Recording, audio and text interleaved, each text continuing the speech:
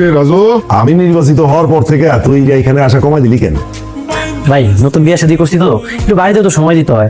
ছোট্ট একটা কাজ আছে। কি কাজ?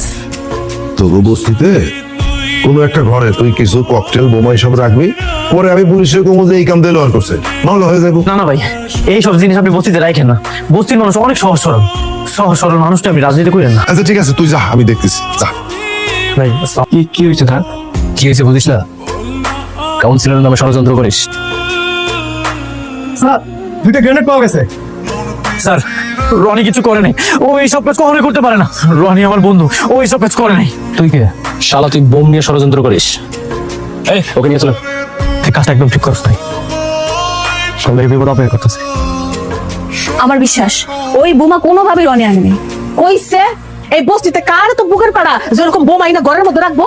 শুনেছি তোর বন্ধু তোর গার্লফ্রেন্ড নাকি তোর সাথে বেমানি করছে। আপনি জানলেন কিভাবে? পুলিশদের সব খোঁজ খবর রাখা লাগে না, কাউকে অন্তর মতো বিশ্বাস করতে নেই। এই দুনিয়া মানুষ নিমো খারাপ, কাউকে বিন্দু পরিমাণ বিশ্বাস করা যায় না। বাইরে যেতে পারলে আমি সবার প্রতি